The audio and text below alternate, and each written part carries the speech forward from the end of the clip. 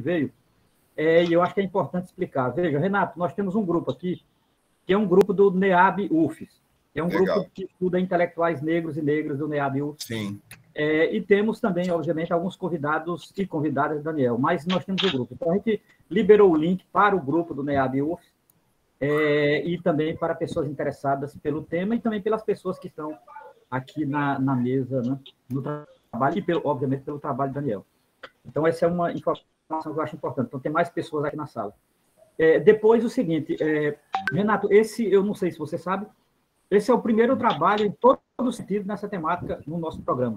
Nosso programa tem mais de 10, já tem doutorado e agora tem mais de 10 anos de existência enquanto pós-graduação, mestrado em filosofia, e nunca, pelo menos até onde saibamos, houve a defesa de um pensador negro por um estudante negro. Não temos. Né? Nós temos estudante negro estudando outros temas, como você fazia com Schopenhauer ou com Heidegger, etc. Então, agora essa é a primeira vez. Então, é o primeiro trabalho nessa linha. Tá? Inclusive com o próprio Mbembe ou Bembe, como queiramos chamar, o Aquile. Então, assim, essa é a situação. Então, nós vamos fazer o seguinte, o procedimento que nós temos feito aqui, o nosso estudante apresenta, Daniel apresenta em 20 minutos o trabalho dele, porque tem mais pessoas aqui na sala além da banca que já leu o trabalho. Depois a gente passa para o primeiro arguidor externo, que é o Renato, depois para o segundo, que é o Petrônio.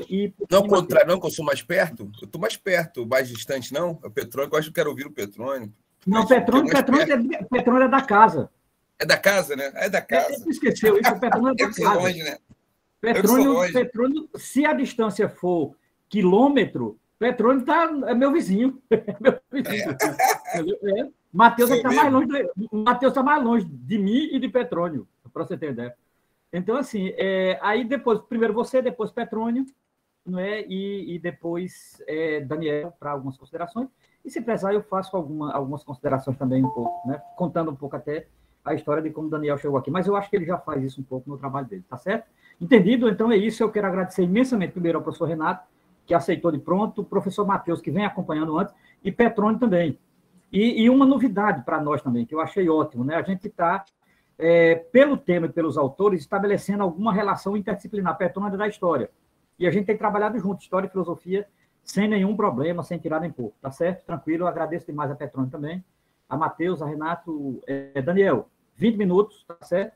Depois a gente passa a palavra ao professor Renato, depois Petrônio, depois Matheus, e a gente se encaminha aqui, tá certo? No mais é isso. Minha gente, e todos e todas que estão aqui, sejam muito bem-vindas. O pessoal do NEAB, os amigos e amigas Daniel, sejam bem-vindas também. Eu sinto-se em casa. Daniel, é com você agora, meu velho. Fique à vontade. E eu vou aceitando o povo aqui ainda. Ok. Obrigado, Romero. Bom, primeiro, boa tarde a todos, a audiência que está presente aí. Obrigado por estar acompanhando aqui, para a gente é um estímulo isso. Ao professor Matheus, né, pelo direcionamento, pela amizade, professor Petrônio, pelos direcionamentos também que deu na nossa qualificação, e a Renato Nogueira, que foi sempre a inspiração para a gente nesses estudos. Bom, então, eu vou tratar aqui do alterocídio na crítica da razão negra do filósofo camarões Achille Mbembe. Então, a origem, né, de onde parte esse filósofo é tema também de nosso trabalho, de nossa dissertação. Procurando, assim, estruturar um pouco a pesquisa, eu quero contextualizar a palavra alterocídio, abordado na obra Crítica da Razão Negra de Achille Mbembe. Então, usado pelo filósofo camaronês, que foi deslocado de um poeta, crítico social, James Baldwin, esse termo, alterocídio, né, foi deslocado, então, da obra de James Baldwin, no sentido de assassínio da alteridade. Então, nesse sentido, o termo, quando apresentado como categoria filosófica, ele tem alguns assentimentos de ordem da morte da alteridade.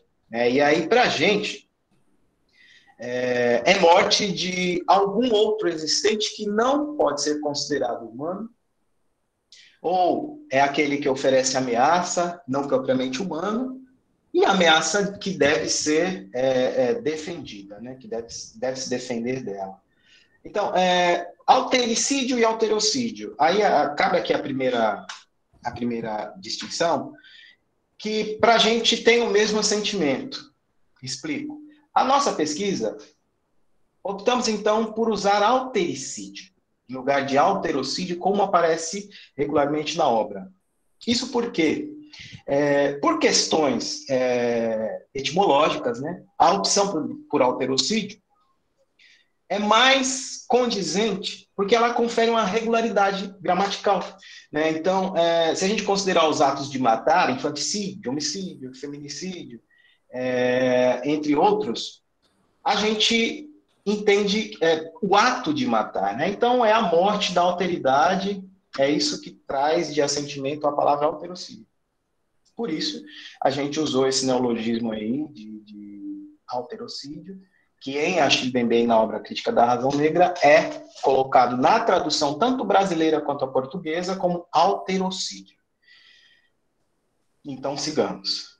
A estrutura da pesquisa e da dissertação sobre a Crítica da Razão Negra.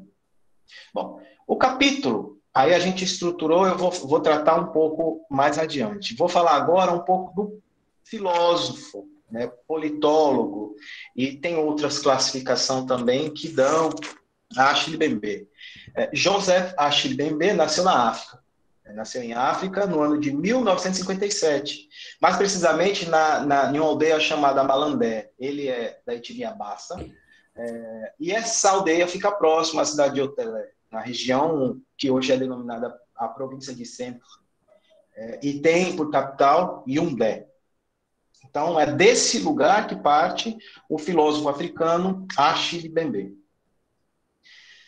Agora eu vou tratar um pouco da estrutura do capítulo e como vai se dar, e como se deu a dissertação. Né? Então, a opção agora, nessa apresentação de 20 minutos, é de fato eu fazer uma breve descrição com base no sumário mesmo, né, da dissertação. Então, em nossa pesquisa, a gente estruturou os capítulos da dissertação de forma a culminar na discussão de altericídio, tal qual propomos no título da dissertação.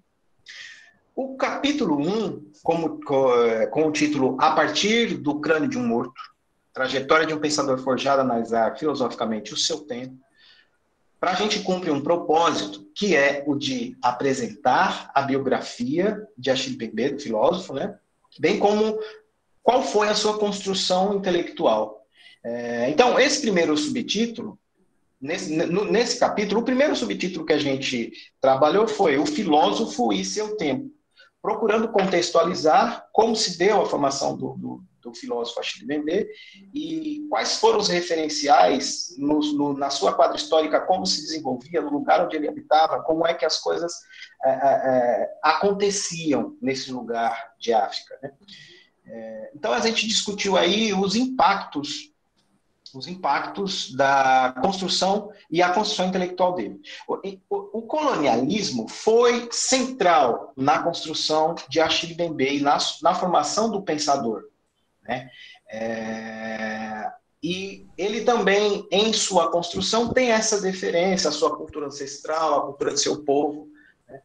Essa imbricação que vai ser o substrato da reflexão desse filósofo, que se constrói a partir, então, dessa leitura de mundo, a partir dessa cosmovisão. Bom, então, no primeiro tópico aí, a gente tem o título A que propósito escolher a crítica da razão negra para análise dessa dissertação? Aqui eu busco trazer uma justificativa. Olha, não é a única obra desse filósofo. Além disso, além de não ser a única obra, é uma obra que está já na fase da maturidade do filósofo Achille Mbembe. Então, o porquê a gente escolheu essa obra, eu discuto, então, nesse primeiro tópico, né, que a gente faz aí uma análise do motivo da escolha desse título. Tratamos também, a análise do motivo da escolha do título do livro pelo filósofo Achille Mbembe é algo importante a ser destacado, porque isso diz muito de como é que se dá o desenvolvimento da sua filosofia.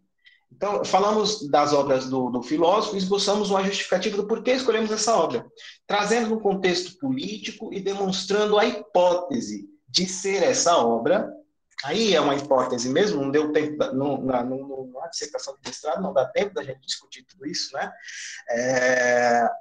De que essa obra Crítica da Razão Negra, seria a segunda de uma trilogia, né? De uma trilogia que compreende outras duas obras, sendo a primeira o Sair da Grande Noite, né, o discurso sobre a África descolonizada, e a terceira e última, a segunda, que é a Crítica da Razão Negra, e a terceira e última, que seria Política de Inimizade. Né? Então, e elas seguem uma lógica argumentativa, elas seguem um formato que a gente pode entender como continuidade da discussão anterior. Né? Por isso que, então, proponho que seja uma trilogia. Acho que não sou o primeiro a fazer isso, outros já o fizeram também, quando analisaram a obra de Chimbembe. Bom, o próximo tópico disso da nossa análise foi o referencial teórico da crítica da razão negra. Eu achei importante trazer todo esse referencial teórico que forma, né, o referencial discursivo e filosófico desse africano. Então, a importância dessa descrição mostra quando trabalhamos nas categorias e o caminho filosófico construído por ele, né? Por Achille Mbembe. Então, no último tópico do capítulo 1, a orla do século, e a luta pela superação da supremacia branca, a gente parte de uma discussão que Achille Mbembe propõe em torno da situação política que ele encontrou na África do Sul, fraturada por aquele processo que a contemporaneidade pode entender como o mais violento processo de supremacia branca em África, né? Então, o que é justamente o apartheid. E essa situação, esse modo de enxergar, faz com que Achille Mbembe deforma em Constituição a filosofia política que então ele passa a discutir. A descolonização de África não era uma mera questão africana a ser resolvida, né, por Mbembe, ou pela contemporaneidade. Porque naquele contexto, a gente tinha a Guerra Fria, né, e a Guerra Fria, naquele tempo, procurava influenciar a libertação africana, cada um ao seu modo. E isso também constitui, né, a formação política de Achille Mbembe. Bom, aí no próximo capítulo, capítulo 2 da dissertação, a gente vai discutir aqui a arquitetônica do sujeito racial, arquitetônica do sujeito racial à razão negra. Nesse capítulo, vamos analisar quais os pressupostos que fundamentaram a construção desse sujeito racial. Né? Então, existiram pressupostos com propósitos, e é isso que a gente pretende discutir aqui com essa palavra arquitetônica, que vem, eu usei a arquitetônica no sentido kantiano mesmo da palavra, né? E qual o conjunto originário dessa razão negra? A importância de discutir o conjunto originário vai dar para a gente uma lucidez maior quando a gente for discutir lá na frente a razão negra. Então, é um conjunto que culmina com a razão negra e que se constrói a partir do sujeito racial, né? Conceito que se presume a existência de raça enquanto princípio lógico, estruturante de tudo que se construiu em termos de sociedade ocidental. Para a gente, essa discussão e colocar em xeque e trazer a clara, né, de forma argumentativa, pautada na filosofia política de Achille Mbembe, é muito importante essa origem, né, do que a gente conhece por sociedade ocidental. E também por filosofia ocidental, que de certo modo, e que em uma monta muito grande, acabou estruturando a sociedade ocidental e a política ocidental, o modo como se faz política, o modo como se faz a economia no Ocidente. Né? E Achille Mbembe está muito atento a isso. Bom, o primeiro tópico do capítulo 2, a gente trata então do conjunto originário. Aí a gente vai abordar a origem da classificação dos humanos pela modernidade, fazendo um recorte muito específico no colonialismo. É lógico que tem assentimentos anteriores, que tratavam de raça de outro modo, mas na modernidade nós tivemos a estruturação de raça, buscando a cientificação, né? Buscando um arcabouço teórico, que Bembe vai discutir lá na Razão Negra, para justificar a classificação e a divisão dos seres humanos, né? A ruptura do contínuo biológico humano.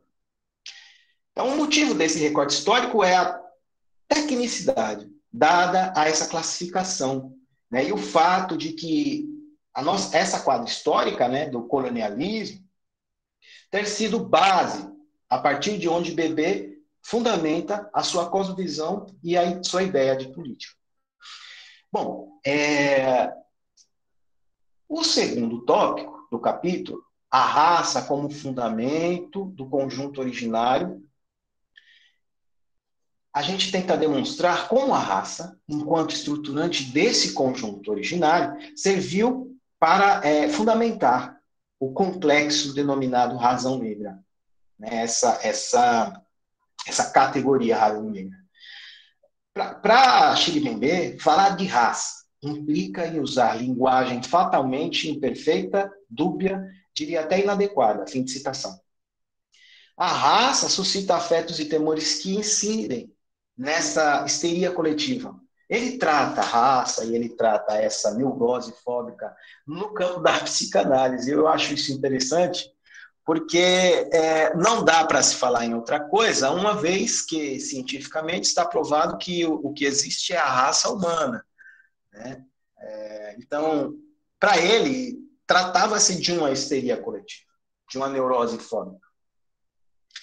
Então, nesse tópico, a gente acha importante também demonstrar a razão negra, que é a razão negra, né? Como a razão negra não pode prescindir de raça, segundo o filósofo Camarões. Não teria como dizer e como tratar a razão negra sem que tivéssemos em mente a categoria raça, né? Com tudo que isso implica. O terceiro tópico, então, do capítulo 2, o negro como sinônimo de raça. Como é que o Ocidente passou a classificar os humanos com base no negro? O negro foi o paradigma, né, para essa discussão. Veja, e se o negro que estrutura essa raça, nessa parte do capítulo a gente fez uma análise como a Achille Bembe entende a categoria negro e o quanto ela é necessária naquilo que ele nomeou um ponto de ancoragem, discussão da própria crítica da razão negra. Trataremos, então, do substantivo negro, né, que foi uma outra categoria também que ele discutiu, que traz o assentimento dessa ideia de um outro racializado. E como essa classificação serviu a um propósito concreto na história da construção do Ocidente. No último tópico, então, do capítulo 2, a gente trata da razão negra. Razão negra propriamente dito. Que é importante entender essa categoria, esse conceito, que ele, por definição de Achille Bembe, é um sistema, então, portanto, ele há nele uma estruturação, que se propôs erudito para convencer ocidentais e africanos que havia racionalidade nas violações empregadas em África e, de certo modo, na escravização perpétua que se deu no passado. Né? Que a ideia de que essa escravização foi necessária. Então, essa razão negra construída no Ocidente, ela tem esse âmago, ela tem essa tendência, ela tem esse objetivo. Né? Então, toda essa racialização que houve na escravização perpétua do povo preto, africano, empreendida nas Américas e onde quer que se tenha dado essa prática. Além disso, vamos demonstrar como Bembe estrutura essa categoria chamada razão negra. Bom, agora, falando do capítulo 3, que intitulamos O Devir Negro do Mundo. Né? A outra categoria que a gente tem que trabalhar aqui, o devir negro do mundo. Alterocídio como base da extensão da condição negra. Aqui eu acho que é o mais importante contemporâneo e atual, né? Contemporâneo e atual é ótimo, eu trouxe aqui mas é para enfatizar que é muito atual essa discussão que Bembe faz, né? Então, é uma atualização, inclusive, de pressupostos já discutidos anteriormente, né? Quando se discute a questão da classe, Karl Marx e toda a tradição marxista, até a própria escola de Frankfurt, essa questão da extensão da condição que, de certo modo, ficou adormecida pelo Ocidente, né? O Ocidente não deu tanta importância à condição negra em si, mas agora o que há é uma tentativa de extensão. Bom, então, de certo modo aqui é a culminância do que propomos no título da dissertação. E aí colocaremos sob investigação as bases epistêmicas ocidentais desse complexo, né, que é a razão negra. Para além disso, vamos demonstrar como o filósofo africano trata o autericídio e como ele enxerga um caminhar da extensão da condição negra para os humanos subalternizados, né? Então, aí também, o primeiro subtópico que a gente trata aqui é a justificativa liberal para a escravidão e os pressupostos ocidentais da condição negra. Vamos, então, tratar da justificativa liberal, né, para a escravidão que se promoveu na modernidade. E como isso foi pressuposto para a razão negra. Como discutimos anteriormente, isso para demonstrar como Achille Mbembe, em sua discussão sobre o neoliberalismo, tem uma centralidade nessa análise bembembiana de um mundo contemporâneo e os estudos das categorias que o filósofo traz em sua obra. Bom, pronto. O devir negro do mundo, uma categoria de filosofia política contemporânea, o segundo subtópico. Aqui a gente busca demonstrar a centralidade da categoria devir negro do mundo e que aborda, né, logo na introdução da crítica que é abordada logo na introdução da crítica da razão negra. Aqui a gente analisa a formação, como se estruturou a filosofia política desse filósofo camaronês. E no que se refere ao devir negro do mundo, abordamos também o assentimento de devir na tradição filosófica ocidental, só para contextualizar, né, e mostrar de onde parte o filósofo Achille Mbembe, que é dos assentimentos que a gente encontra lá em Aristóteles e Hegel, né, que trabalham essa categoria devir com aquiescências bem similares ao que o Mbembe faz. Né, a novidade aí é o devir negro, o substantivo negro, tal qual Aristóteles e Hegel. Então, no terceiro tópico, o propósito da anulação da humanidade do negro e o triunfo da Revolução do Haiti. Aqui a gente vai tentar demonstrar como, na crítica da razão negra, Achille Mbembe busca demonstrar o propósito da desumanização do negro. E aí, a despeito de toda essa ideia de liberdade que se prega no Ocidente, estava a certeza do poder puro do negativo, quando se fala em negro. Né? A afirmação absoluta da existência objetificada e a ausência de razão desse negro que o Ocidente classifica. De sorte que a referência histórica que a gente vai utilizar para exemplificar a Revolução do Haiti, nas letras de C.R. James, vão trazer para a gente esse referencial. Né, James e os seus jacobinos negros. Aí aqui buscamos demonstrar que a palavra liberdade para o Ocidente não cabe a toda a humanidade. Existe uma humanidade circunspecta, né, que essa palavra liberdade pode caber. No último tópico, então, com a culminância do trabalho, está a discussão que leva o título Autericídio, consequência da razão negra e o devir negro do mundo. Bom, aqui a gente ressalta a investigação de todos os conceitos que elencamos ao longo da pesquisa do livro Crítica da Razão Negra, que trazem a este último tópico uma necessidade específica, tratar do autericídio e de como esse conceito se liga ao que foi discutido no livro do filósofo Achille Mbembe. Bom, Homero, eu acho que eu corri bastante, cheguei aqui nos meus 20 minutos, e aqui também eu paro a minha apresentação. Tranquilo, Daniel. Cravou na hora. Massa. E para as pessoas que estão aqui, eu acho que deu para ter uma ideia, né, do seu trabalho. Muito obrigado, Daniel. Valeu demais. Agora a gente passa a palavra ao professor Renato, depois ao professor Petrone, depois ao professor Matheus. Professor Renato, desde já mais uma vez agradecido. Fique à vontade. Boa tarde. Quero agradecer. Eu vou fazer uma coisa que muita gente faz, mas que acho que é importante também, é começar o parecer pelo seu final. A dissertação intitulada O Altericídio na Crítica da Razão Negra, de Attila Mbembe, de Daniel Christian dos Santos, sob orientação do professor doutor Romero Júnior Venâncio da Silva, apresentada ao programa de pós-graduação em Filosofia da Universidade Federal de Sergipe, como requisito parcial para obtenção do título de mestre em Filosofia, linha de pesquisa, Filosofia do Conhecimento e Linguagem, está aprovada. Então, acho que é isso, né? Acho que é importante, já deixo explícito que o trabalho está aprovado, porque reúne todas as condições necessárias, suficientes de um trabalho de mestrado. Quero, então, parabenizar já o Daniel Christian, já o Romero Júnior aqui pela parceria que trouxe esse trabalho aqui a público, e dizer que é um trabalho cuidadoso, né, um trabalho interessante. Eu tenho lido muitos trabalhos de mestrado, né, doutorado, que a banca, né, veio pandemia, a gente vai para a banca, né, tá online, então faz 2 bancas em um dia. Hoje mesmo fui numa banca de manhã, né, de qualificação, e teve um momento que eram muitas bancas e tendo muitos trabalhos.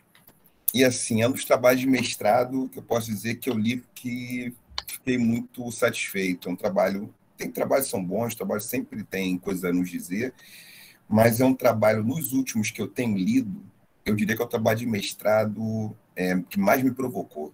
Tá? Então, quero agradecer ao Daniel, porque é um trabalho que tem, vamos dizer, possibilidades futuras, tem potências para mais pesquisa do trabalho. Tá? Então, você tem muitas potências de pesquisa para frente. Você trouxe um conceito não tão badalado, que é um conceito do Baldwin, que eu acho que, de repente, para futuro, pode-se fazer uma ponte mais entre esse texto, essa articulação.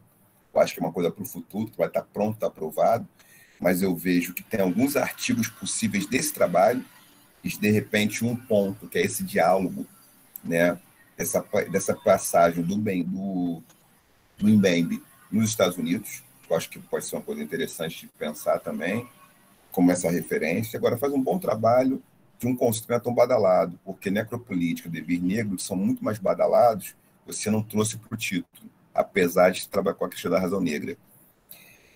E aí, eu fiquei pensando, você falar um pouco, esses anos, eu acho que você fez uma biografia bacana, que dá um trabalho, que dá até um artigo curto, essa biografia, com essa articulação, com esse exercício da trilogia de uma política da modernidade.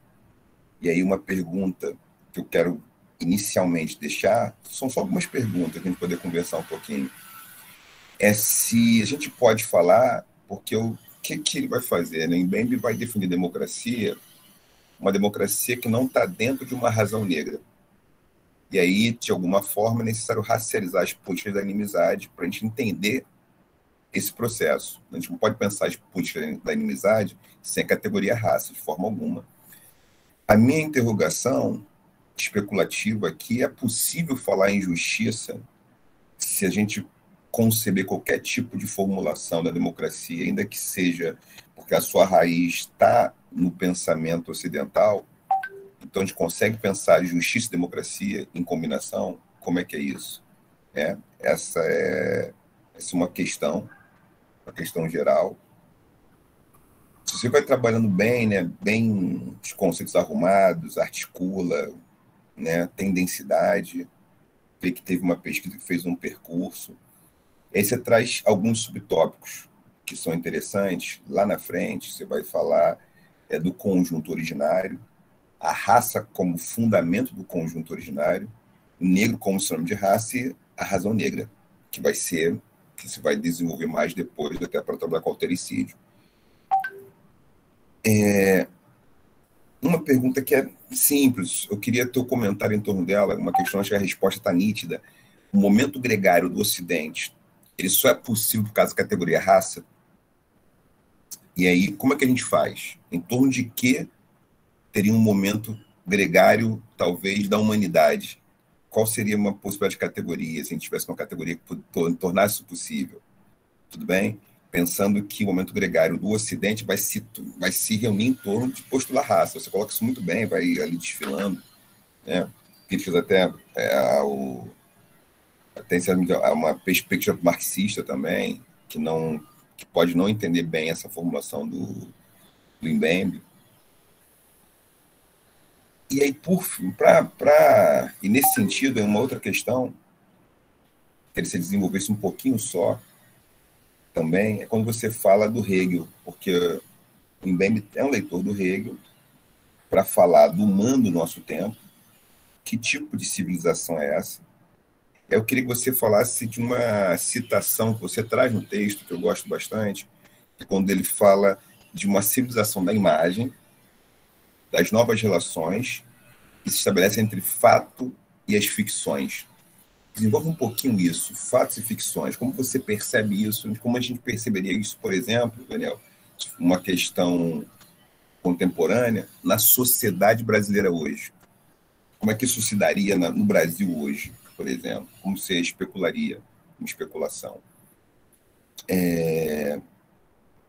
E se em algum momento você vai falando da razão negra, colocando bem sobre isso, a escravização perpétua, né, africana nas Américas, de modo, né, todo completamente pela desumanização, isso está dentro de uma lógica de uma razão negra.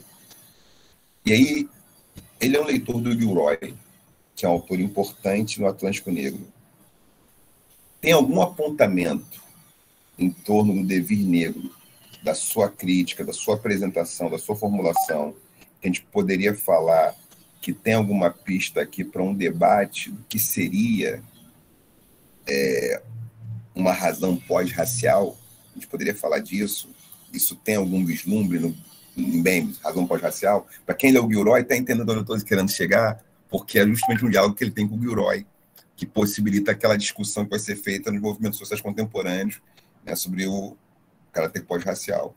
E aí queria pensar só essas questões e falar o seguinte, não posso deixar de declarar. Romero, Daniel, Christian, parabenizar Daniel por esse trabalho, um trabalho sério, um trabalho que eu acho que tem que se transformar aqui em alguns artigos acadêmicos, e eu acho que você tem aí também um texto que ele pode se transformar numa apresentação do autor, principalmente na trilogia, na sua trajetória. Você faz muito bem, coisa que poucas pessoas sabem, inclusive, que é o vínculo que ele tem, uma certa atmosfera que ele vivenciou da teologia da libertação, que foi o que fez ele dar uma guinada na concepção do cristianismo. Acho que isso é acertado. É um ponto assim pouco lembrado, né? Que tem resquícios ali disso nos textos, mas raramente a gente sabe de onde veio. Essa vida, a vida dele, né? Na aldeia, já teve esse contato. Então, muito bom você trazer isso. Então, quero só parabenizar e colocar essas questões, se você conseguir anotar, que são mais ou menos 3, 4 questões. Uma delas se desdobra em 2. Como você comenta isso? Muito obrigado. Renato, muito obrigado. Muito bom as questões. Daniel, eu acho que como o Renato fez 3 ou 4, você poderia fazer, depois eu passo a palavra ao Petrone, tá certo? Eu acho para não confundir. Você quer falar agora, Daniel? Ou prefere depois? O que você prefere? Ligue o microfone. Sim, vou falar agora. Pronto, ótimo. Eu queria aqui o meu áudio. E pronto, agora melhorou. Agora melhorou. Ótimo. Pronto.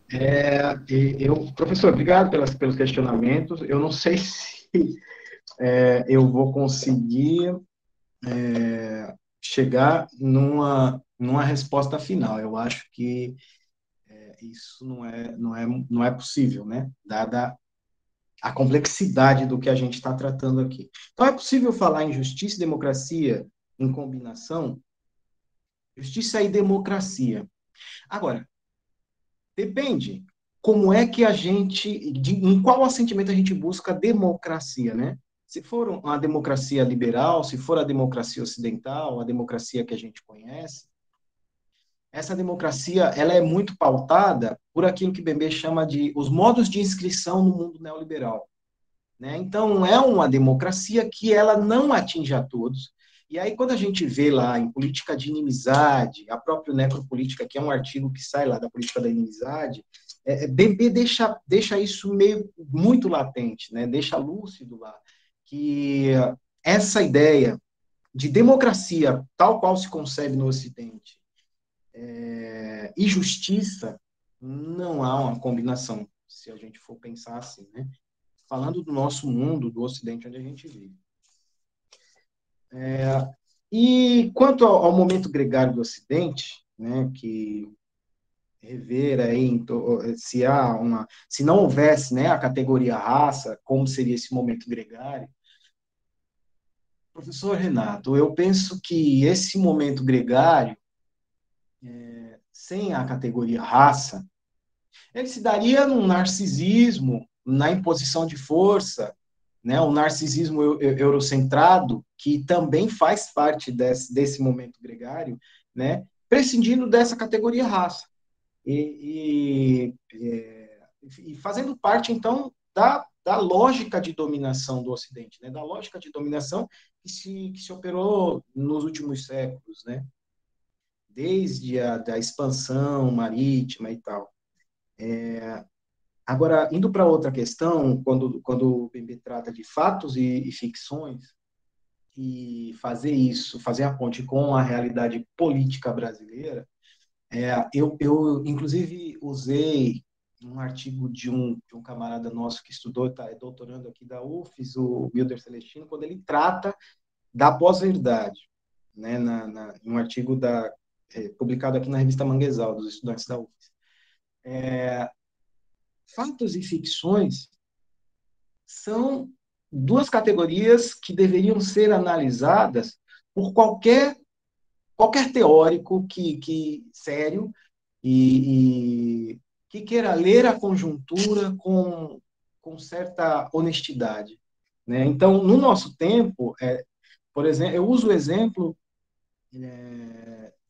das últimas semanas, quando um certo presidente foi a um certo país e chegou nesse país, né, esse presidente de características de negar a verdade, né, aqui a gente está falando de Jair Bolsonaro mesmo, ele chegou ao Brasil falando, olha, não sei se é coincidência ou não, mas quando eu saí de lá, as tropas foram retiradas. E aí a gente consegue ver como esse descaramento que trata a Achille Mbembe lá está envolvido nessa análise de fatos e ficções, né? E então, na nossa realidade, isso é imperativo, isso é uma coisa que, de fato, traz algumas dificuldades políticas, né, para o fazer político sério aqui no Brasil. Bom, indo para outra pergunta, se é possível falar em justiça. Não, essa daqui a gente já fez. Agora, o que seria uma razão pós-racial? Uma razão pós-racial, dado que a gente está tratando aqui de razão negra, né, nesse livro Crítica da Razão Negra. Uma razão pós-racial, penso que se for possível, desculpa te cortar, só se for possível, e aí, como é que seria? Desculpa. Bom, eu acho que é possível, eu penso que seja possível. A gente não pode prescindir de razão quando a gente vai falar de política, quando a gente vai falar de sociedade, a gente não pode prescindir de razão. Agora, em quais assentimentos a gente tem razão? Né? Quem são os pensadores estruturantes dessa categoria?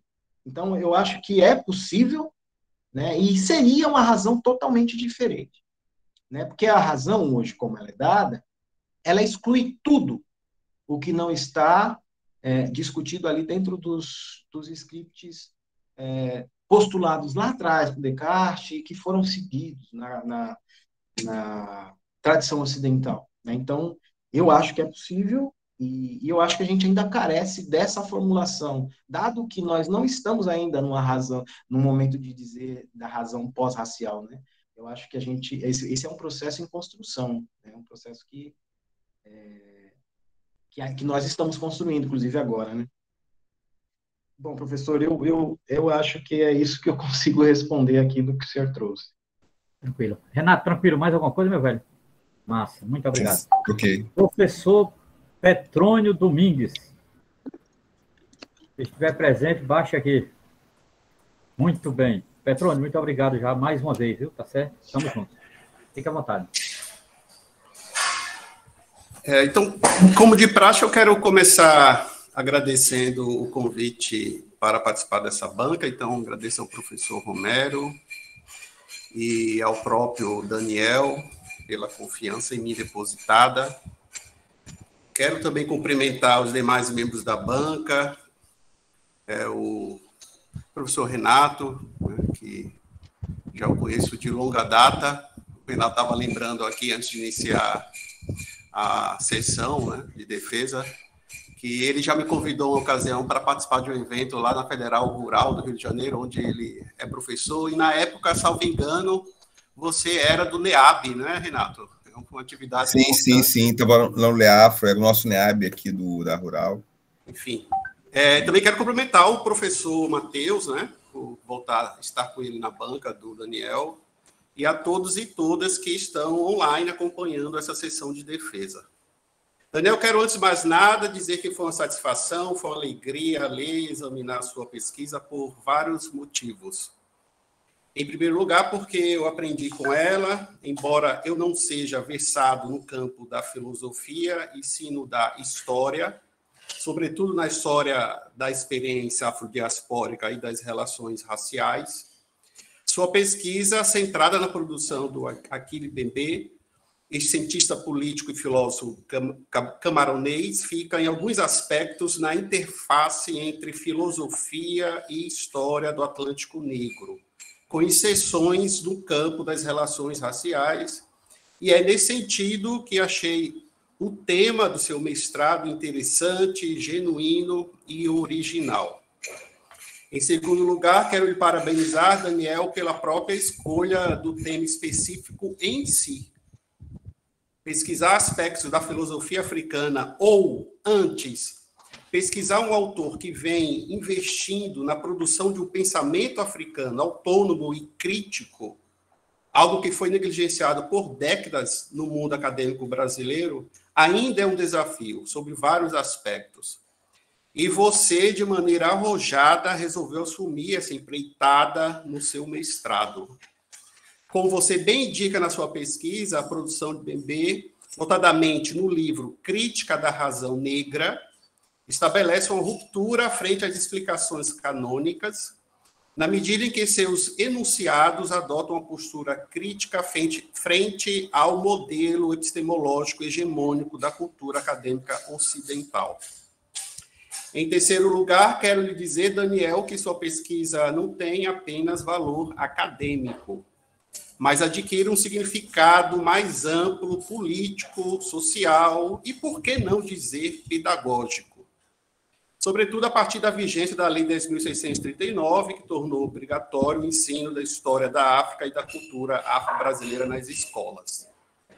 Ao acabar a leitura de seu trabalho, Daniel, fiquei pensando, o professor de filosofia do ensino médio vai encontrar em sua pesquisa uma fonte qualificada, que traz reflexões e ilações que vão subsidiar o trabalho docente no tocante ao ensino da filosofia ou pensamento africano contemporâneo.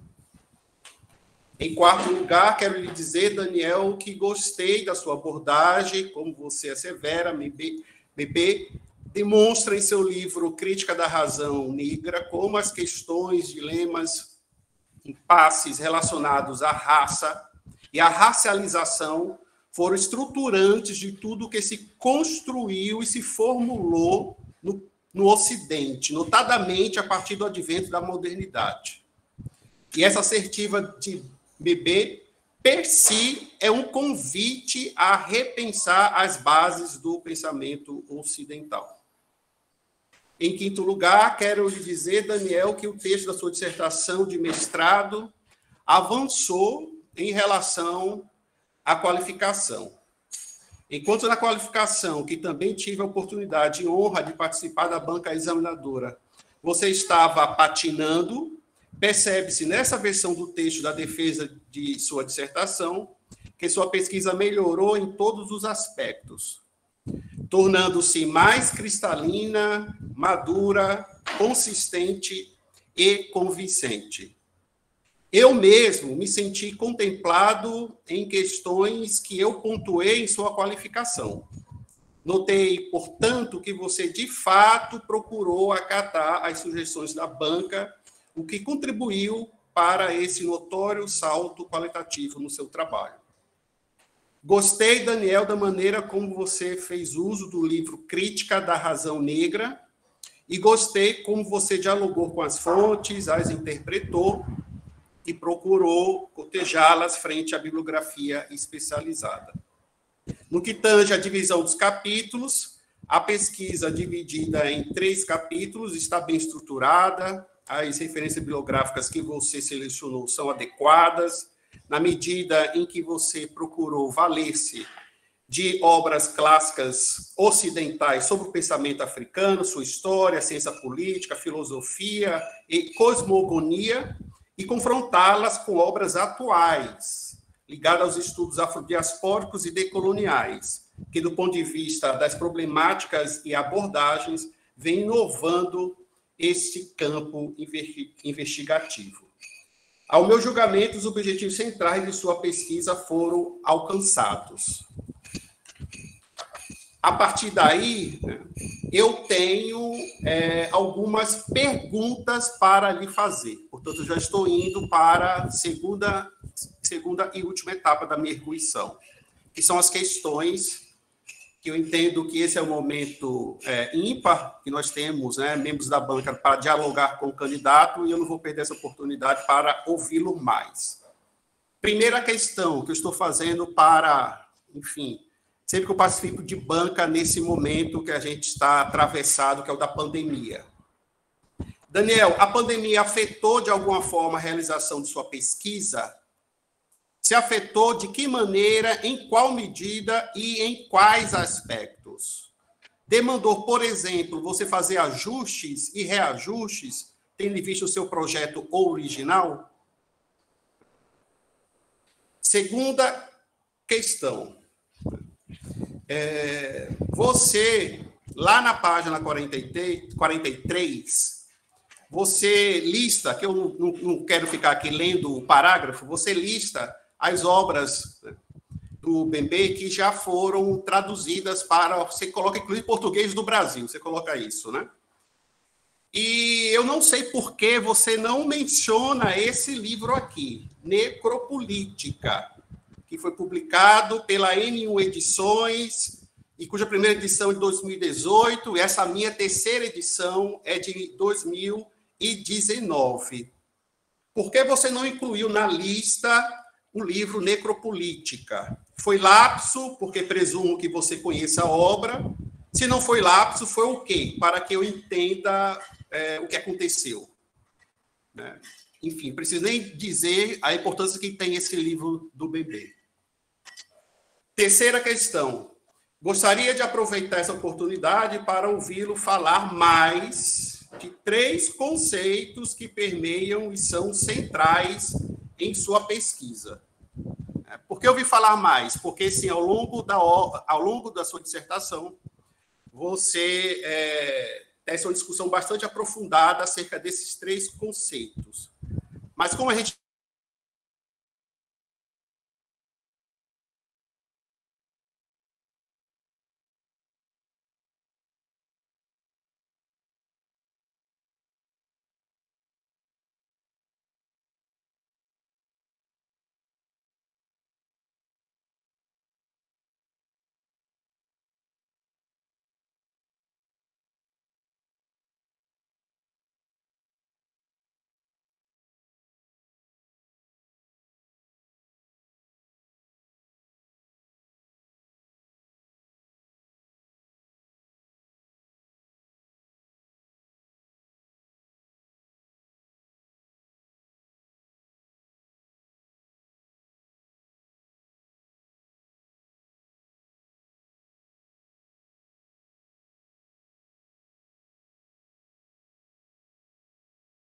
Sua pesquisa também é relevante, Daniel, ao revelar a necessidade dos pesquisadores visitarem e revisitarem temas clássicos da filosofia a partir de novas perspectivas, olhares, saberes e dizeres.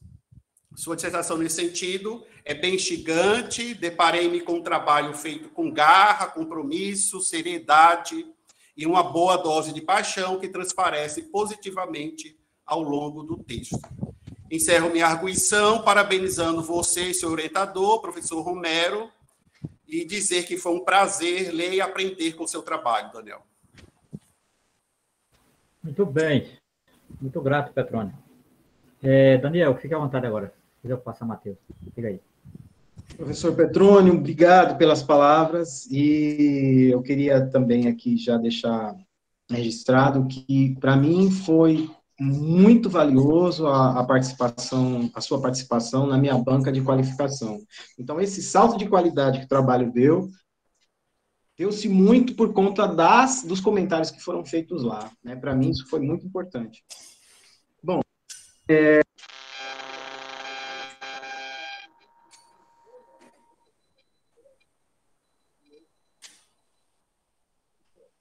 Daniel, parece que tu tá mudo aí, hein?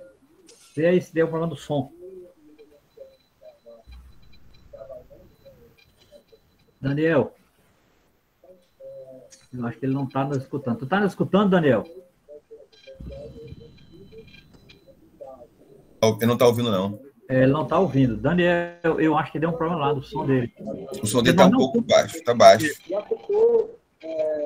Nós não estamos escutando ele, nem ele escutando a gente. Deixa eu ver aqui. Daniel, nesse período em que a gente passou online, o teu som está baixo. O teu som está baixo demais. Bota mais perto. Não está escutando você, não. Está escutando a gente? Você está me escutando? Acho que eu estou com um problema de transmissão. O seu som ficou muito baixo o seu som. Eu acho que ele não está nem nos escutando. Tu está nos escutando?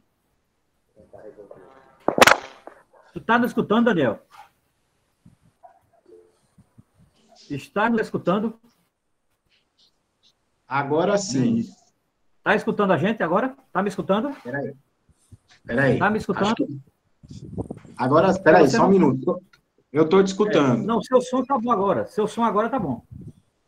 Certo. Deixa só eu voltar aqui. Estou te escutando. Você está me escutando? Não, olha, o seu som, agora sim, o seu som está muito bom agora. Antes estava mudo. Comece de novo, vai explicar, Petrônio. Pronto, vamos começar do início. Do início, né? Porque não estava ouvindo nada. Estava muito som, estava muito baixo. Então, Romero,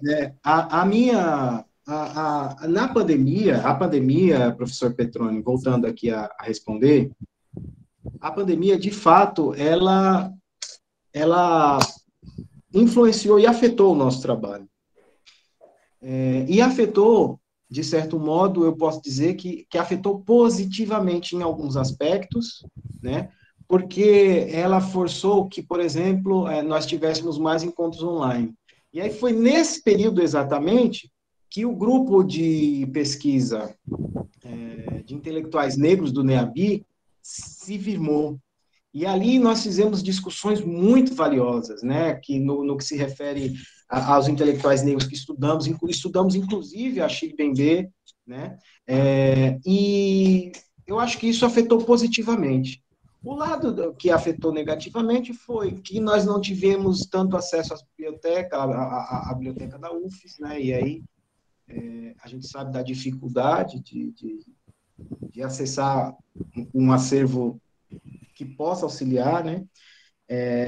E nesse sentido a gente acabou fazendo a qualificação até tardiamente, e teve que agradeço aí nesse sentido ao programa de pós-graduação, ao colegiado que aprovou a nossa qualificação depois do prazo, né?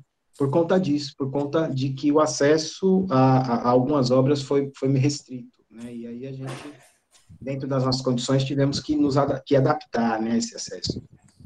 Bom, eu diria que mudou, sim, a minha dissertação, porque o grupo de estudo, ele me deu uma perspectiva diferente, né? Quando a gente leu o Fanon, quando a gente estudou o próprio Silvio Almeida, quando a gente estudou o Achille Mbembe também. Então, deu outras perspectivas. Grada Quilomba, né? Lélia Gonzalez, eu acho que trouxe para a gente alguma coisa mais diferente, alguma coisa positiva, que talvez, se fosse no formato anterior e se não tivesse essas reuniões online que a gente participou com tanta frequência, nós não tivéssemos essa visão, né? Bom, Por que não citar necropolítica? Bom, professor, veja, necropolítica, na minha visão, ela está bem posicionada, esse livro Necropolítica está bem posicionado dentro do livro Políticas de Inimizade, por conta de que lá ele é contextualizado, né? E aí, fora do livro Política de Inimizade, eu acho que ele... Não estou dizendo que fica descontextualizado, não. Eu estou dizendo que tem coisas que poderiam ser ditas ali, né? Em necropolítica. E aí a pessoa desavisada que não conhece a obra de Bembe pode usar necropolítica em um sentido que não o que o autor pretendeu empreender, né? Mas eu acho que talvez foi um erro. Eu deveria ter citado, sim, a necropolítica, uma vez que é um livro muito lido no Brasil, né, pelos meios intelectuais, na nossa... E é um termo que está sendo usado recorrentemente. E não é usado por conta de políticas de inimizade, que o livro está lá, né? Ele é usado por conta de necropolítica mesmo, que é o livro que o filósofo resolveu fazer separadamente, para depois, então, compor a obra maior, né? Então, eu até li esses dias um artigo do professor Renato Nogueira, em que ele trata de necropolítica sobre outro aspecto. E eu achei a interpretação interessante, achei o desdobramento interessante. Então, esse livro Necropolítica, ele fomentou um debate importante. Talvez essa minha visão de que ele não devesse, talvez, ser citado por conta de estar no Política de Inimizade, eu vou revê-la, tá? Diante da sua provocação. Bom, agora falar um pouco de razão negra, devir negro e altericídio, né?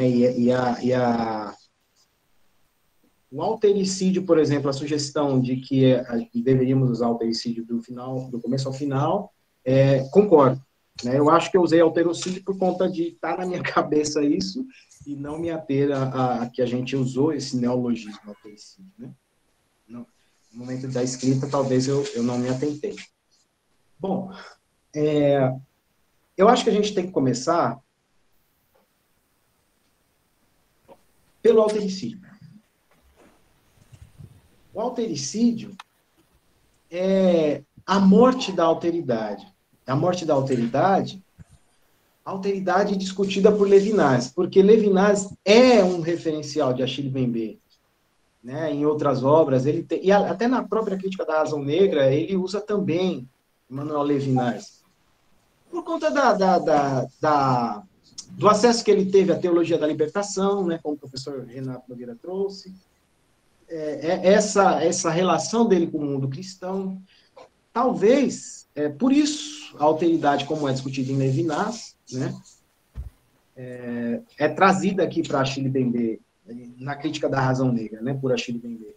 Então, a morte da alteridade, no sentido de que esse outro não é necessariamente humano, esse outro não é algo que me constitui, como é dito lá na filosofia de Levinas, estrutura essa segmentação do ser humano, né? Estrutura essa diferenciação entre seres humanos e acaba dando mote e justificativa para a raça. Então, tem que haver essa ruptura na alteridade, tem que haver essa corrupção da alteridade, né? Para que se opere o altericídio e que esse altericídio venha a ser aquilo que compõe, aquilo que justifica a questão da raça e da racialização do Ocidente, né? E aí, as justificativas que a gente dá para a raça, ela começa desde o momento da expansão marítima, né, da Europa. Bom, então, altericídio seria a morte da alteridade. A morte da alteridade com o propósito de afirmar que existem diferenças entre os seres humanos. Diferenças, eu não sei se eu posso usar essa palavra, mas eu vou me arriscar. Diferenças ontológicas, no campo da ontologia, de dizer o que é humano. Então, o humano negro racializado, e aí, lá quando eu for discutir o devir negro, eu vou falar disso mais de novo, o humano racializado não é necessariamente humano nessa tradição e nessa perspectiva de destruição da alteridade. Então, aquele outro não me constitui enquanto humano. Isso é pensado pelo Ocidente. Bom, agora, falando da razão negra. A razão negra, segundo Achille Mbembe, ela acaba se compondo de textos e de ideias e de uma fabulação de raça, né, que estruturou o modo como o Ocidente construiu-se socialmente, economicamente, né, e como é que se deu essa humanidade nesse Ocidente. Então, a razão negra é a tentativa de justificar o uso de um ser humano como máquina, desumanizado, e que construiu aquilo que se entende por Ocidente. Construiu com as mãos, né? Construiu de forma compulsória, construiu sem opção. Não havia opção para esse humano trazido de África, né, através do Atlântico, e que construiu as Américas, que construiu no sentido de trabalho, de oferecer a mão de obra, e que é o principal motor daquilo que Marx chamou de acumulação primitiva do capital. Então, essa razão negra, ela busca justificar isso. Ela busca justificar esses assentimentos que se tem no Ocidente e que estão presentes hoje. Hoje, elas estão presentes sob um novo aspecto que é justamente o devir negro do mundo. Então, o devir negro do mundo seria a extensão disso que a gente falou da raça, da razão negra, a extensão da condição negra para outros grupos humanos subalternizados. Agora, não é só mais em razão do fenótipo que se tem a racialização. A racialização vai se dar por conta de não possuir haveres que possa justificar esse humano na inscrição desse Estado neoliberal que Mbembe tanto critica e que Mbembe tanto traz quando ele vai falar de sua filosofia política. Então, quais são as formas de inscrição? É a propriedade, é a posse da terra, no modo como é feito no Estado liberal.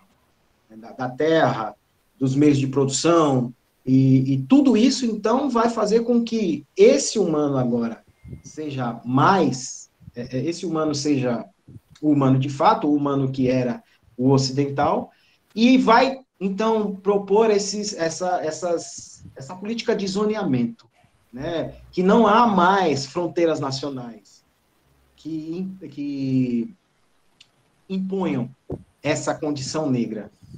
Não é mais fronteiras nacionais e fenotípicas, não. Por exemplo, o Brasil, existem zonas de exclusão em que aqueles seres humanos também são racializados, né? Então, esse é o devir negro do mundo. O devir negro do mundo é uma nova, eu não diria uma nova, porque em Marx isso já foi comentado lá, mas esse devir negro do mundo é uma extensão, né, dessa lógica de escravização e de colonialismo a outros grupos, que não precisam ser mais negros. Eles podem ser brancos também, né? E aí, eu acho que tudo em função dessa razão negra. Bom, professor, quando você me faz essa indagação da crítica liberal e do neoliberal, realmente eu vou rever esse parágrafo, porque Achille Mbembe, quando ele faz a crítica ao neoliberalismo, ao meu entender, ele está falando desse novo liberalismo. Mas veja, esse novo liberalismo nada mais é do que a reconstrução do liberalismo anterior. Então, ele é a extensão do liberalismo. A gente poderia usar, inclusive, liberalismo, né? O mundo liberal, ou o Estado liberal. e não usar neoliberal, que eu acho que estaria bem também. Mas eu percebo que Achille Mbembe, quando ele faz crítica aos estados modernos, ele fala do estado neoliberal, né? Não sei, aí eu preciso investigar melhor, não sei se ele faz isso porque, de algum modo, ele concorda com o estado liberal antigo, que aí, por isso mesmo, que no nosso segundo capítulo, eu procuro discutir como é que se deu a construção desse liberalismo, né? E aí eu busco as referências lá de Domênico Losurdo, que eu acho que foi que ele usou o liberal para falar do liberalismo, né? E de como esse liberal entendia que a escravização estava dentro da ordem liberal, tranquilamente posta e não precisava ser necessariamente questionada. E liberdade era para humano, né? Para humano classificado como tal. E o negro estava numa outra condição, de humanidade, mas numa outra condição, né? Então, essa classificação humana que dá-se na razão negra é a justificativa, por exemplo, para o mundo liberal justificar a escravização perpétua, compulsória, de corpos pretos, né, nos séculos que se deram essa escravização. Bom, eu acho que é isso. Deixa eu ver se o professor falou mais alguma coisa aqui. Ah, sim, as conclusões, pronto. Eu acho que faz sentido a gente voltar àquela conclusão e retomar essas categorias, porque elas foram discutidas ao longo da dissertação, né, e precisam estar presentes lá. Professor, eu espero que eu tenha conseguido responder, né, à altura do seu questionamento. Muito bem. Petrônio, mais alguma coisa, meu velho? Não, me sinto contemplado pelas respostas. Obrigado. Obrigado. Professor, ainda tem gente entrando aqui na banca, viu, Daniel? Professor Matheus Hidalgo, meu bom amigo. Fique à vontade. Bom, olá, Romero, Daniel, Petrônio, Renato, e a todos e todas e todos que estão aqui. É uma alegria, uma honra para mim estar participando dessa banca. Quero agradecer enormemente você, Daniel, e também ao seu orientador, o professor Romero, por essa ocasião. Estou muito feliz também por rever o professor Renato, no momento que eu estava entrando na minha vida acadêmica, eu conheci quando ele estava começando o mestrado lá na UFSCar. E quero dizer também, mais uma vez, que foi uma alegria conhecer o professor Petrônio durante a qualificação do seu trabalho, Daniel, e ouvi-lo aqui mais uma vez também foi uma grande satisfação. Quanto ao seu trabalho, eu também fico muito feliz com o resultado final. Eu acho que você absorveu as sugestões que foram dirigidas a você na sua qualificação. O seu trabalho ganhou em fôlego, em precisão, nos recortes, no modo como você trouxe os temas e os trabalhou ao longo do seu percurso, né? Quero também te agradecer pela oportunidade de ter um contato, ainda que iniciante, né? Foi graças ao seu trabalho que eu comecei a ler e a procurar textos e querer conhecer mais no Mbembe. O único livro que eu tinha tido contato até então foi esse que o professor Petrônio mostrou aqui, que é um livro de cabeceira aqui em casa, né? Quero dizer também que seu trabalho é parte de uma boa contextualização. Ele trabalha com uma grande abrangência temática, isso já se anuncia do seu resumo e atravessa todo o seu texto, né? O modo como você percorre os temas, a divisão dos capítulos, dos subcapítulos também está muito bem estruturada, né? E o rigor e pertinência no tratamento dos temas e conceitos que você traz, né? A sua seleção bibliográfica também é cirúrgica, e o que eu vou tentar fazer aqui, muito brevemente, meu comentário é muito breve, né? Mas no sentido de poder, de algum modo, tentar contribuir para o seu trabalho. Eu tenho talvez só uma sugestão, mas na verdade é algo que eu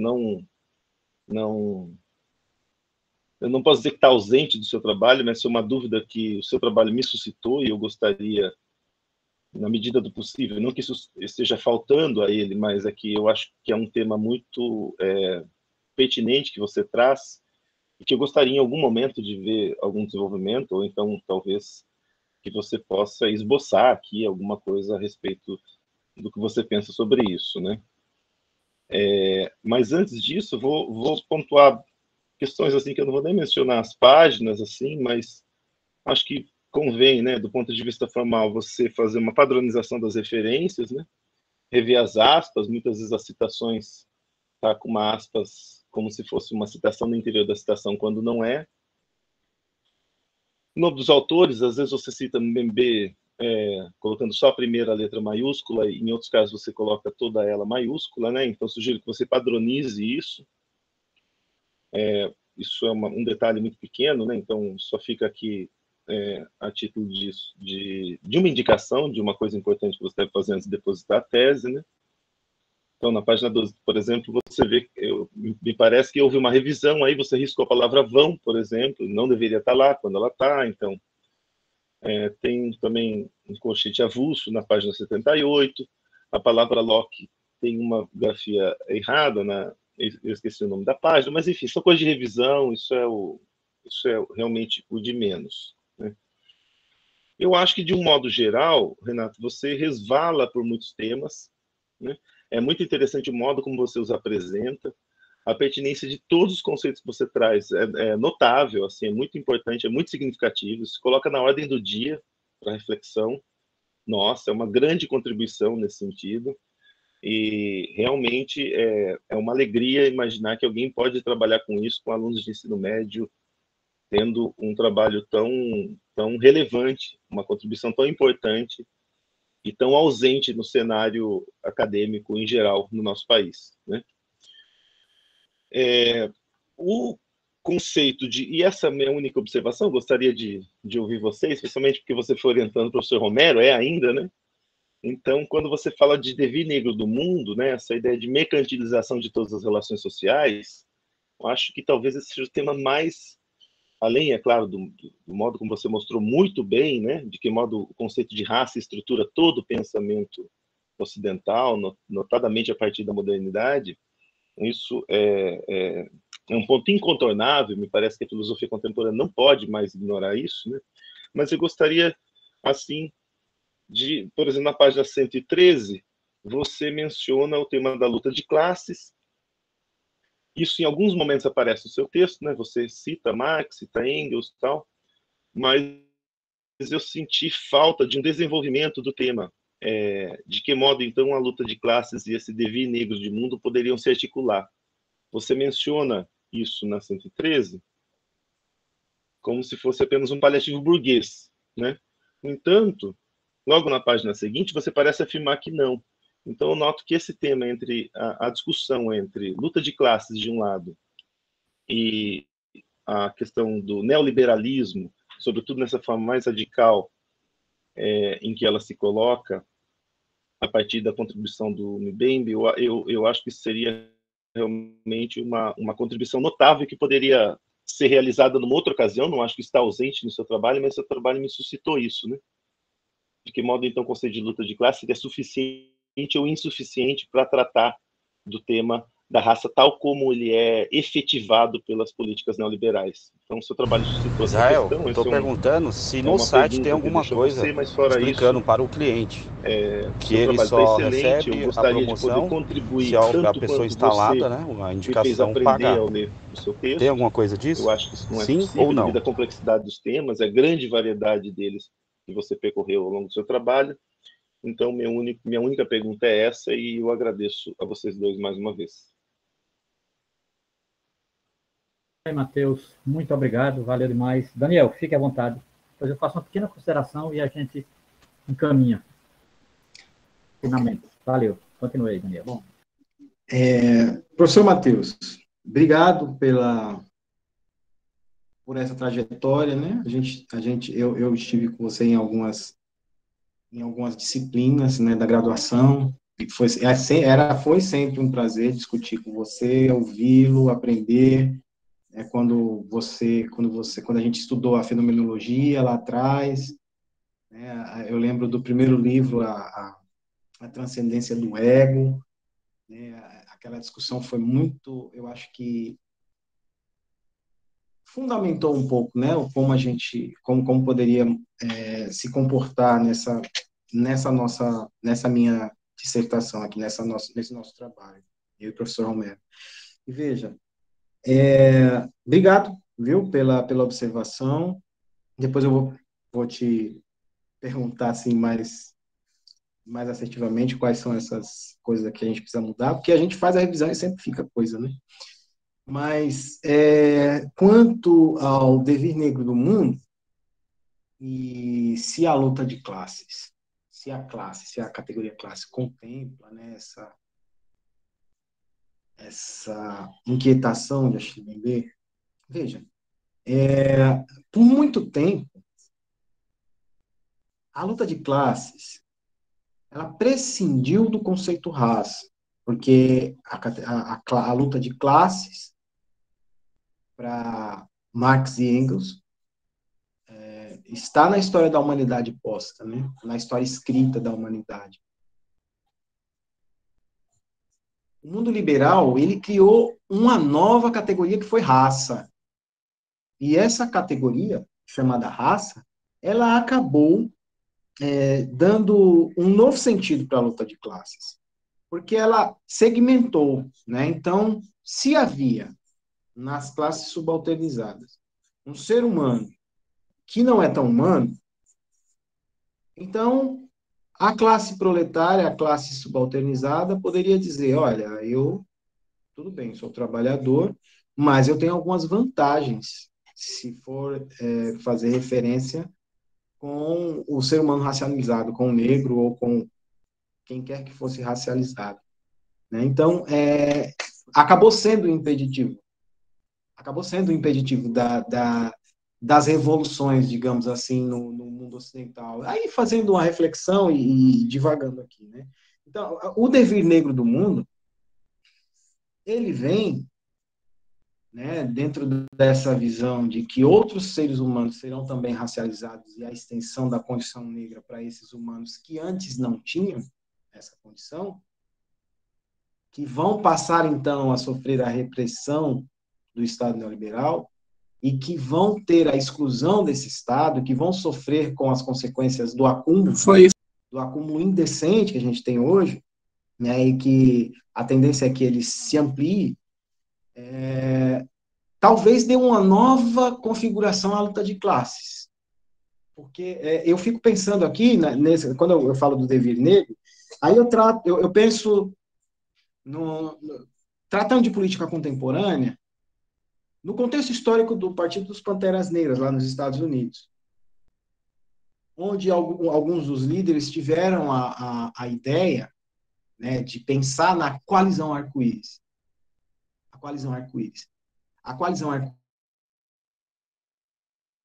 arco-íris nada mais era brancos, que a despeito da desumanização do negro, ele estava na mesma. Então, o devir negro é uma categoria que tende a denunciar essa situação, né, que tende a demonstrar essa situação e colocar essa situação às claras. Uma vez que agora não seria mais só o fenótipo que vai propor a exclusão. Talvez o fenótipo seja um acentuador, mas não vai ser a única forma de excluir os seres humanos que estão subalternizados, né? E como trata-se lá em necropolítica, estão nessas áreas de zoneamento, dessa rebalcanização do mundo, né, que trata Achille Mbembe. Então, por isso que eu entendo que o devir negro do mundo, o professor Romero me trouxe essa discussão, e aí eu fiquei pensando, ele falou, olha, marxistas, José Paulo Neto, ele tratou que o mais importante da obra de Mbembe, né, e aí na visão do professor José Paulo Neto, é justamente o devir negro do mundo. Porque o devir negro do mundo, ele traz todos esses sentimentos que a gente está destacando aqui. Então, é um novo combustível um pensamento revolucionário, para a luta de classes e para esse movimento dialético que a gente vive, né? Então, é isso, professor. Eu tentei aqui responder a sua pergunta, viu? Espero que eu tenha... eu posso quebrar o protocolo? Pode, Matheus, claro, sim. Claro. Sua resposta trouxe novos elementos em relação àquilo que está no seu texto. Eu compreendo perfeitamente a situação que você descreve, eu concordo que o conceito de classe, no sentido clássico, talvez não se aplique totalmente, mas entendo também, ao mesmo tempo que você diz que diz respeito sim à luta de classe, então você fez uma espécie de articulação entre esses dois temas, que eu acho muito pertinente, e me parece que o conceito, então, de devir negro do mundo, o que ele traz é a necessidade de transversalização da luta, sem que se perca a especificidade da luta específica, que é uma luta que diz respeito, sim, a essa classificação, a essa essencialização a partir da raça. Quer dizer, então, de que modo transversalizar, mas sem que se perca a especificidade de uma luta que levou muito tempo para que se pudesse se enunciar com tanta força como essa que a gente vê de modo mais forte agora, e felizmente, né?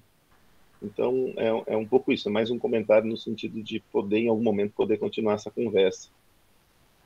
Eu acho que essa articulação de luta de classes e essa mercantilização total das relações sociais, né, esse devir negro do mundo que, na verdade, amplia a subalternidade, a todos aqueles que são excluídos pelo neoliberalismo, né, isso é um tema muito pertinente, assim, que me inquieta muito.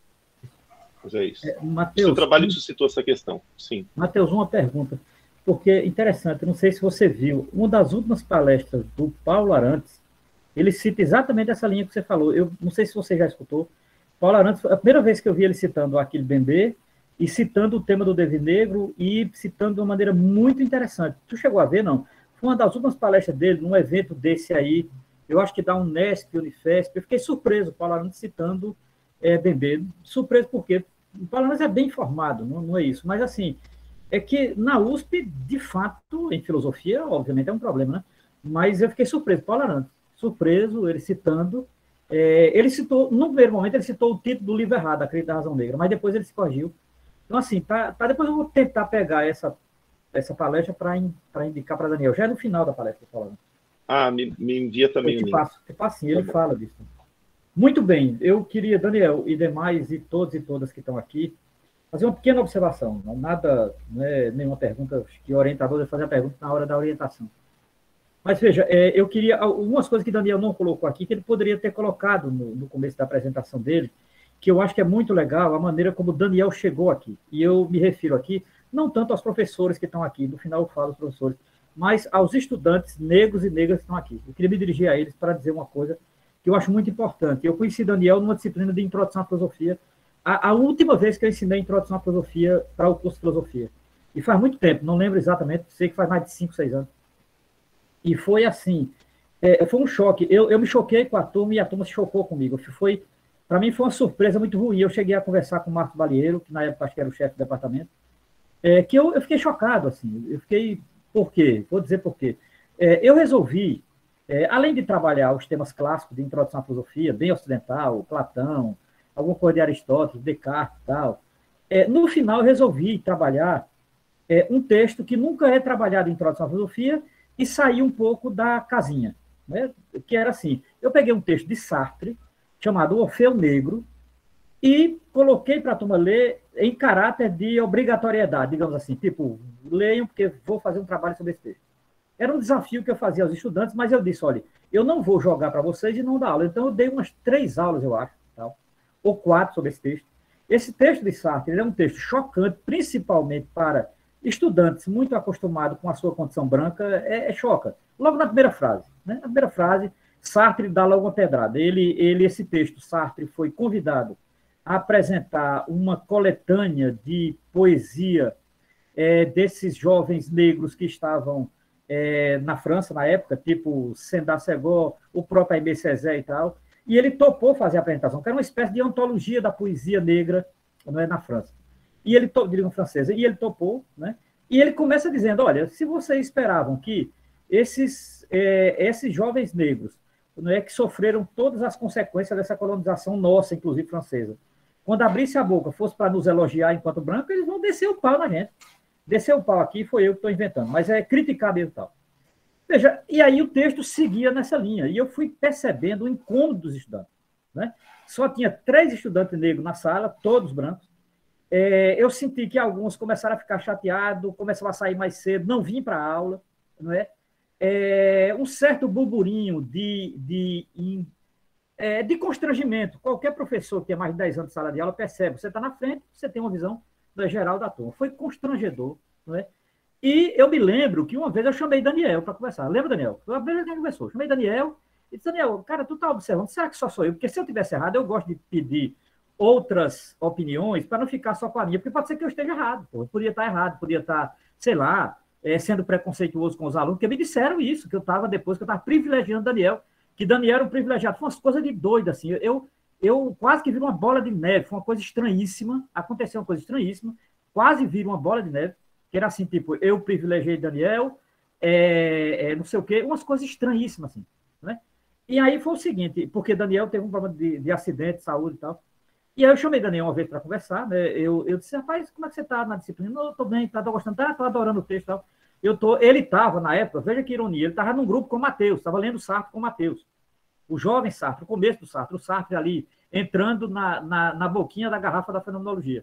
Então ele estava lendo com o Matheus, e aí eu disse, olha, eu também estou lendo Sartre, só que esse Sartre aí, Romero, eu não conhecia, que legal tal. Aí eu disse, Daniel, eu queria lhe fazer uma pergunta pessoal. Cara, você tem observado que os alunos estão meio estranhos, eles estão meio que constrangidos com esse texto de Sartre. Ele disse, eu também tenho observado. Aí, mas olha, veja bem, Daniel parece que na época não tinha esse debate racial mais aprofundado. Né? Passou, eu comecei, percebi, não é? Teve um momento que assim ficou absolutamente constrangedor, porque não só era silêncio, era boicote mesmo ao texto, o que não aconteceu quando eu trabalhei com Platão, por exemplo. Tudo bem, passou, paciência, não fiquei meio desanimado, falei com o Marcos Balieiro isso na época, e aí eu falei com o Daniel, pronto. E aí a gente saiu, né? Eu disse, olha, eu já estava começando a me aproximar do NEAB, e aí propus no NEAB a gente criar um grupo para estudar intelectuais negros, porque não tinha espaço no curso de filosofia. Não tinha espaço, eu não ia brigar. Outra coisa, eu não tenho mais idade nem saco para estar brigando por coisas óbvias. Eu não tenho mais. Nem saco e nem paciência também. Pronto, fica como está. Como dizia minha velha mãe, que não tem remédio, remediado está. O pessoal do NEAB acolheu, a gente montou um grupo, era um grupo presencial. Começamos lendo, nunca esqueço, a ideia era, vamos começar com Fanon. Agora, não, Fanon, mas a obra, a gente tem dificuldade, e começamos com o texto do Davidson. Davidson de Costa tem um pequeno texto, que é uma pequena biografia, ótima introdução ao Fanon. Lemos o texto do Davidson, depois o próprio Fanon, depois Silva Almeida e depois Bembe, né? Essa era a trilogia nossa. Aí, no grupo, tinha algumas meninas negras que disseram, porra, só vai ser homem negro, aí não tem mulher, não. Aí disse, não, o ano que vem foram 3 mulheres negras. Então, assim, o grupo foi crescendo, veio a pandemia, né? Aí, na pandemia, a gente ficou remoto, né? E aí foi quando o Daniel partiu para a ideia do projeto de mestrado. Veja como aconteceu. Foi uma coisa interessante. Eu vou dizer isso porque agora não tem mais segredo. Daniel entrou com um projeto sobre Sartre, ele continuou estudando Sartre, mas já estava acertado o seguinte, ele entrava e assim que fosse aprovado, deixava o projeto de lado, e ele fez 2 projetos, na verdade, um projeto com o Bebê que ninguém sabia, e o projeto que ele foi aprovado no outro dia, 24 horas depois ele abandonou o projeto, eu comuniquei ao coordenador do programa e assumi, não é, os estudos sobre aquele Bebê. E depois veio o seminário internacional sobre pensamento africano e pensamento afrodiaspórico. O Renato participou, o Petrônio estava no grupo, você lembra disso e tal. Veja, o que é que eu quero dizer com isso? Eu quero dizer que Daniel, apesar dos conflitos que um jovem negro que está se capacitando intelectual numa universidade como a nossa sofre, Daniel teve um apoio extraordinário e Daniel teve uma vida que eu acho muito bacana e eu queria que todo estudante negro ou negra tivesse também.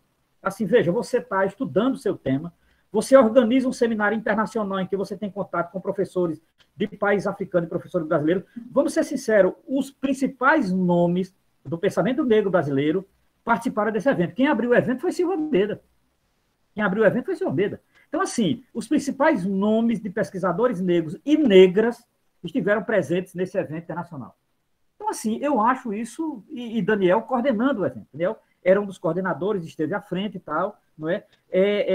Obviamente, a participação dos nossos estudantes foi muito pequena, o que eu já tinha dito a Daniel, não se surpreenda, não se surpreenda. Não é? A participação maior se deu de estudantes de outros cursos e de fora da universidade. Né? A procura foi impressionante, quase 1.000 inscritos, só para se ter uma ideia. Quase aí que ia dar problema na plataforma, deu problema na plataforma, inclusive, né? Pela inscrição. Então, assim, eu acho que foi muito importante isso.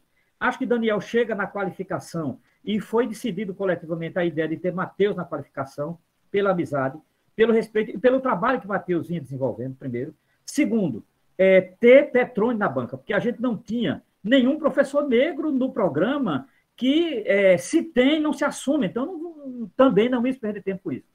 Né? Então, vamos falar com o Petrone, está aqui na casa. Petrone topou. Eu tinha dúvida de Petrone não aceitar, porque aquela velha história, pô, Roberto, filosofia, eu sou da história, sociologia.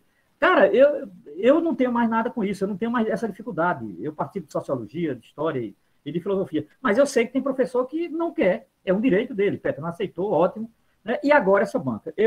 Veja, essa banca, ela, para mim, para Daniel e para o programa de pós-graduação em filosofia, ela é pioneira porque é a primeira mesmo, né? Basta ver o que eu disse no começo com relação à introdução à filosofia.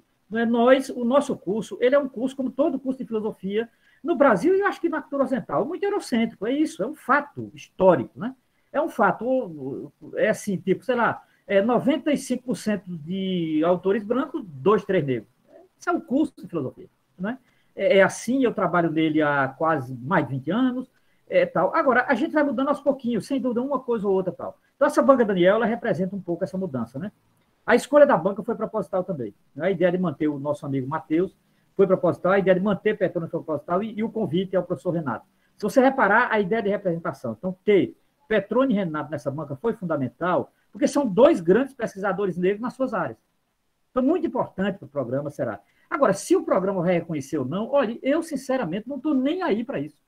O que importa se o programa vai reconhecer, para mim não importa. Importa o que foi feito. Como dizia o velho e bom Sartre, não importa o que fizeram de você, importa o que você fez, como fizeram de você. Então, assim, é essa a condição. Né? O pessoal aqui do grupo, tem uma parte aqui que está na sala, que é do grupo de estudos intelectuais negros, e aí, assim, está aí, o campo está em aberto. Eu acho que a ideia diante desse quadro que a gente tem, que é um quadro dificílimo nesse país, esse ano é o ano de revisão das cotas, você já tem uma tropa de choque escrevendo em Folha de São Paulo, no Ministério da Educação, já armado contra as cotas, armado contra. Né? Não é à toa que Antônio Risério deu a regra e o compasso para quem quisesse ser contra as cotas, está lá, na Folha de São Paulo, abriu uma discussão imensa, e era o que ele queria, e era o que essa galera queria, e Risério fez o papel dele, está aí. Tal, entendeu? E vai continuar fazendo. E muita gente já seguiu ele. Então, assim, já se preparando para o que vem na frente, que é o debate sobre as cotas. Agora, veja, e um momento muito importante. Então, assim, eu vejo que para nós da filosofia foi importante o trabalho do Daniel. Acho que importante, nós não temos ainda o doutorado, quem sabe tenhamos doutorado, ainda na condição de mestrado. Na graduação, a gente tentou fazer um trabalho com os estudantes negros, a gente fez um pequeno evento, o Daniel participou, chamou 2 estudantes negros para falar um pouco e tal, atraiu um pouco. Estamos na pandemia, quem sabe quando voltar a condição presencial, a gente consiga chamar a atenção dos estudantes negros da filosofia, sem forçar nada. Olha, eu não tenho mais saco, paciência para doutrinar ninguém, nem forçar ninguém a... Então, assim, não, porque você é negro, teria que estudar... Não, eu não acho que o estudante negro teria que estudar um autor negro. Eu acho que tem que ter uma deliberação pessoal e política. Se não tiver, eu não vou forçar. Não sou eu, e a minha cor já diz tudo. Não sou eu com a minha cor que vou forçar. Não vou. Não vou mesmo. Não esperem de mim esse tipo de coisa. Agora, esperem de mim apoio, material, livro, grupo, etc. Aí sim. Aí, tendo, a gente vai à frente. Não tendo, paciência, a vida continua, né? Então, eu quero demais agradecer a Petrônio e a Renato, agradecer a Matheus, que é meu amigo, vizinho de sala, vizinho de muita coisa, colega de Copa e de Cruz. Queria agradecer a todos e todas do grupo de estudos intelectuais NEAB que está aqui, todos e todas, queria agradecer aos colegas, tal. Acho importante o grupo, tal. E é isso. Daniel, seus agradecimentos. Você tem alguma coisa a dizer? Romero, a trajetória, eu acho que faz muito do resultado, né, que a gente teve aqui. Eu queria agradecer ao grupo de estudos, eu acho que foi fundamental o grupo de estudos, as discussões que se propôs lá, eu acho que auxiliaram muito, né. Eu queria agradecer ao professor Renato, né, que participou. Eu lembro que o meu primeiro contato com o professor Renato foi num episódio do podcast, né, que organizo, que é a Filosofia Pós-Colonial.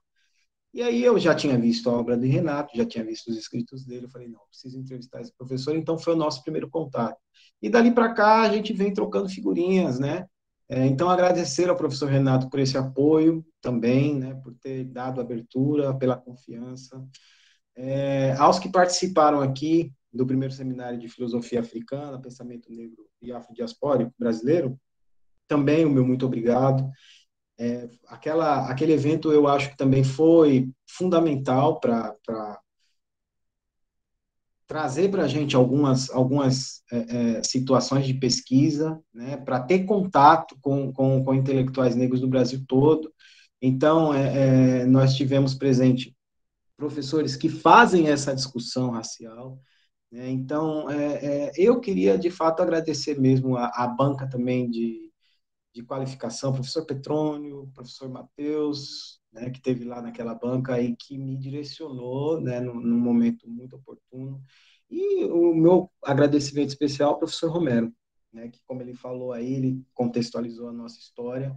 A gente tem uma história de algum tempo, né? Então, meu muito obrigado ao Romero pela sua participação, pela sua orientação, pelo direcionamento. Foram fundamentais. Sem esse direcionamento, eu acho que não seria possível chegar onde chegamos, né? E obrigado a toda a audiência, todo mundo que está aqui, pessoas da família, minha filha está aqui assistindo, né? Minha mãe está aqui, meus irmãos também. Obrigado por estarem aqui, e a todos que acreditaram nesse trabalho e tiveram a curiosidade de ver também essa apresentação aqui. Só agradecer. Obrigado. E sigamos, Romero. Tranquilo, valeu demais, Daniel. Mais alguém da banca quer dizer alguma coisa? Petrônio, Renato, Matheus, tranquilo? Beleza? Olha, deixa eu explicar o procedimento. Eu acho que Matheus pode me ajudar também. O procedimento burocrático está assim agora.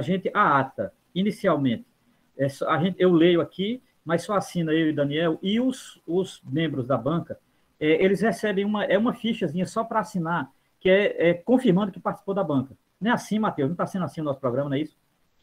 Tem um formulário que os membros da banca encaminham a você encaminha ao coordenador. Exatamente. E a ata propriamente dita, nós lemos, né, nós deliberamos, e depois lemos, e depois só você assina e entrega ao coordenador.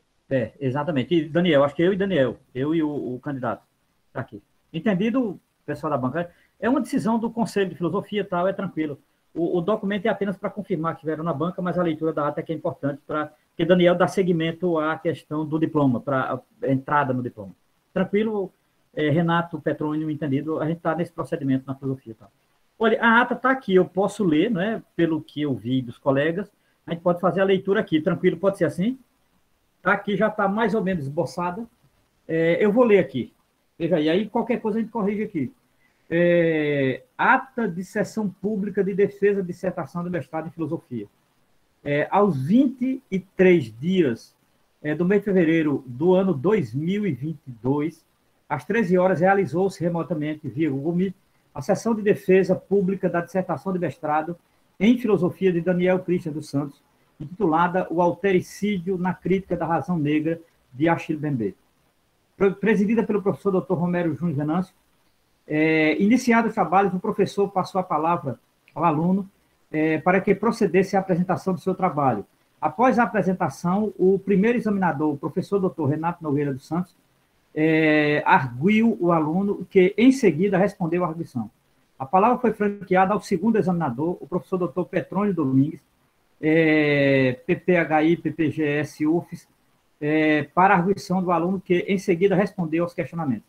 Seguido, o professor Romero Júnior passou a palavra ao terceiro arguidor, o professor Dr. Matheus Hidalgo, PPGS, Filosofia, UFES, que fez suas arguições e o candidato prontamente respondeu. Seguindo as ordens da banca, o presidente agradeceu aos componentes da banca examinadora pelas contribuições. Encerrados os trabalhos de arguição, o presidente da banca examinadora solicitou aos presentes que atribuísse uma nota a fim de que a banca pudesse deliberar. A banca examinadora decidiu aprovar o aluno, e aí segue, tendo sido atendidas as exigências da instrução normativa, etc, etc, etc. E aí tem os nomes dos professores e de Daniel na banca. E aí, alguma coisa, colegas? Matheus, é assim mesmo, eu peguei o formato nosso, que a gente tem. Tranquilo, né? É isso Romero, mesmo. apenas a data, dia 24, né? É 24, perdão, e eu coloquei 23, né? Então, 24, corrigi 24, correto, bem lembrado. Pronto, mais alguma coisa? Daniel, aprovado. Não tem outra alternativa. Agora é comemorar, né? Nas vésperas do carnaval, penso. Espero que... Vamos ver. Minha gente, muito obrigado. Nota, não, tem nota Renato. não. Nota não. Oi, Nota Renato, não tem, não, nota. Não tem nota, não. É só aprovado. É só nota. Não tem nota, aprovado. Perfeito. Isso. Tranquilo, Renato? Aprovado. Então, muito obrigado. Minha gente, muito obrigado. Matheus, obrigado. Renato, obrigado. Certamente fosse presencial, o pessoal ia pagar uma cerveja aí agora, tem que fazer delivery. Deveria, Renato. Era importante. É sério, é importante. É fundamental, não é? Daniel, depois eu te mando a ata. Fazer essa correção do dia, né? E tirar nota e aprovado, como sugeriu o Renato. Matheus, obrigado, todos e todas. Luza, todos que estão aqui. Colegas do grupo, vamos em paz, viu? Encontrar Petrônio, encontrar vocês, rever o Matheus depois de tanto tempo também, Matheus. Vem aqui em Aracaju, meu cara. E encontrar vocês. Eu adoro Aracaju. Nos encontremos aqui. Quando você vier para cá, a gente se encontra aqui. Eu vou para Aracaju, com certeza. Eu vou de férias. Vou mandar mensagem. Você tem meu contato aí, né? Você tem meu telefone, manda um alô para mim aqui, ó. Meu velho Matheus, muito bom. Aqui. Valeu. Renato, obrigado. Petrônio, a gente se vê. Vamos tomar uma cerveja, Petrônio. Tá anotado. Um abraço. Valeu. Tchau. Valeu, um abraço.